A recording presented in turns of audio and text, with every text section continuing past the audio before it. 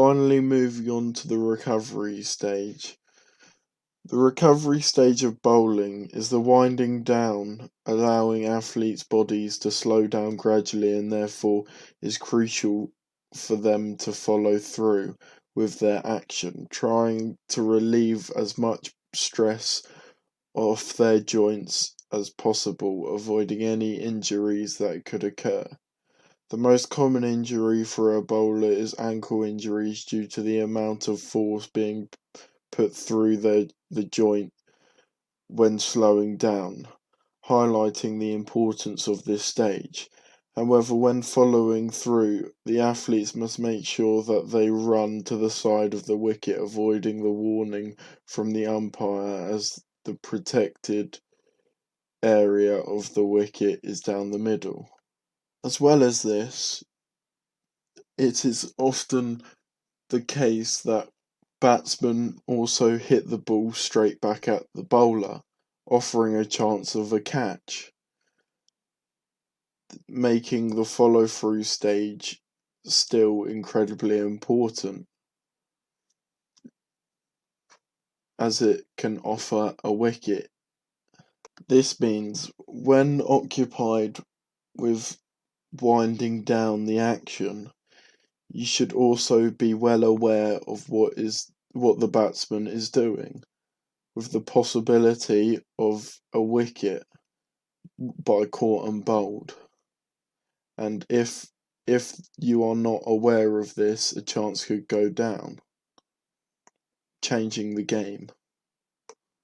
Now well aware of the three stages of the technical model, we should now look at my client's basketball shooting performance, comparing them to a professional athlete who will have mastered the basketball shot technical model for years.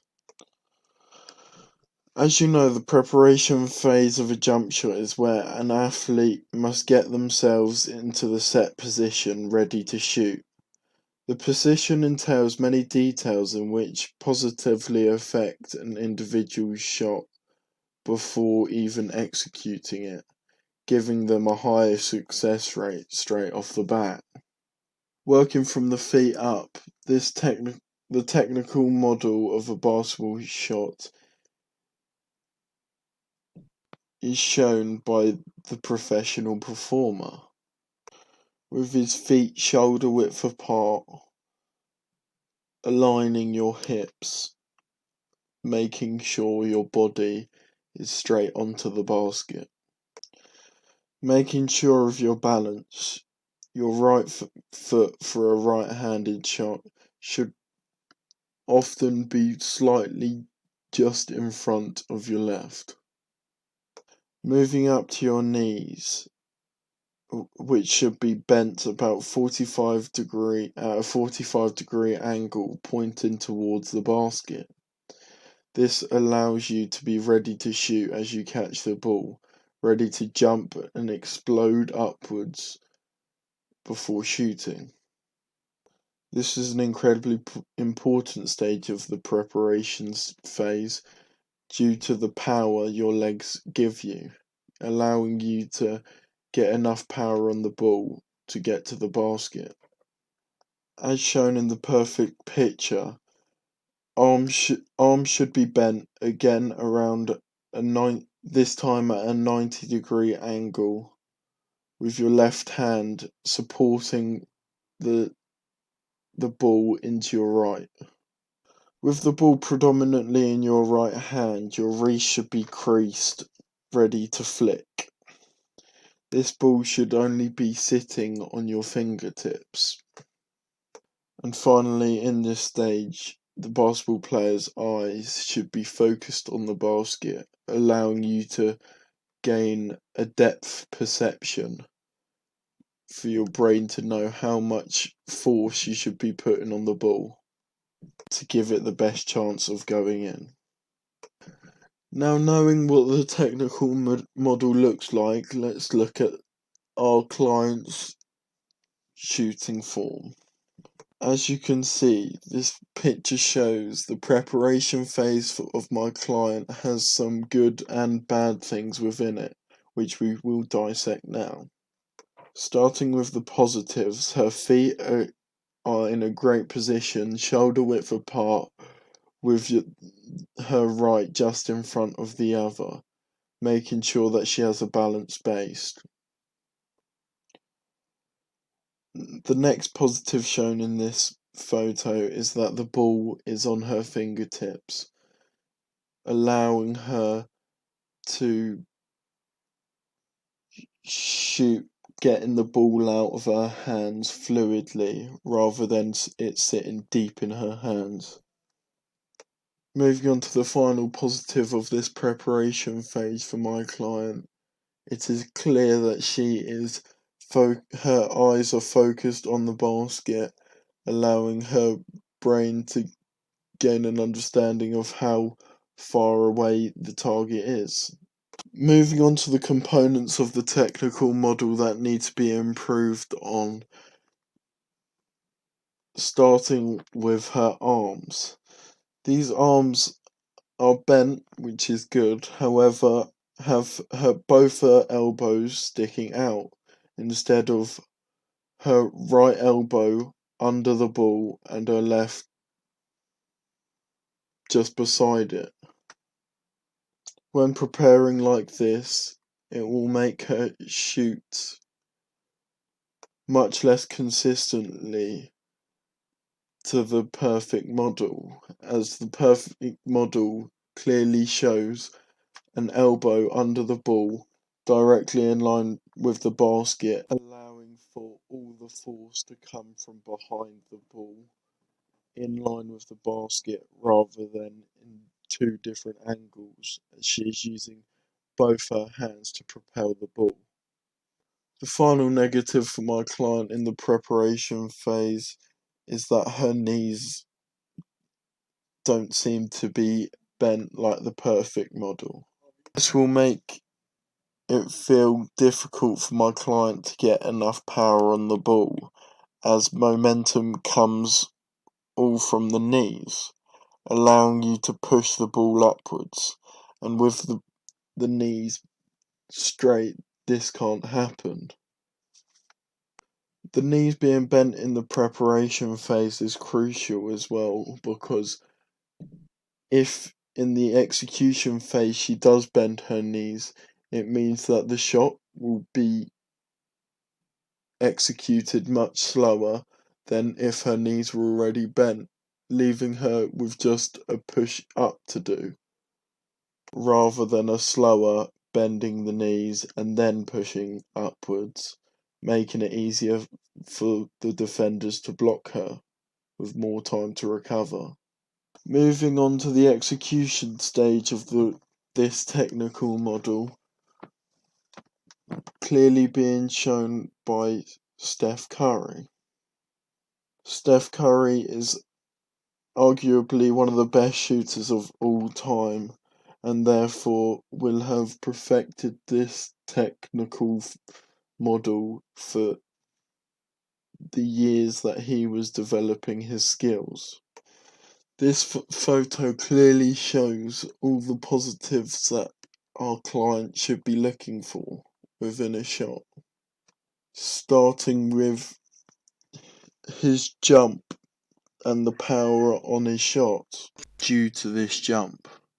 As you can see, he is at least 4 to 5 inches off the floor, offering a lot of power when he shoots. As he is usually a long range shooter, this is key so that he can get enough power onto the ball and momentum onto the ball for it to even be close to going in. Next, his right hand is used to push the ball up. As you can see, his right hand is pushing upwards and not towards the basket. This is so that the basketball can have a higher arc, giving it a higher chance of going in. Whereas if he had a his right hand was pushing more at the basket, the ball would be a lot flatter and coming into the hoop at a more aggressive angle, giving it less chance of going in. And so it is perfect. His left hand, as you can see, moves away from the ball just as he is about to flick his wrist, showing you how little the left hand does, as it just supports the ball and almost aims for the basket, allowing the ball to begin its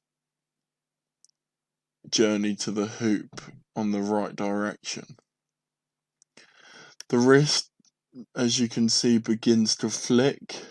This is so that the ball can come down on the hoop with the ball back spinning, so that it has more of a chance of going in. So now you know what to expect from the execution phase of a technical model. We should now look at my client in comparison to this, showing us the positives and negatives from the footage that we have. Starting with the jumping part of the execution phase. As you can see in this photo, there is no jump.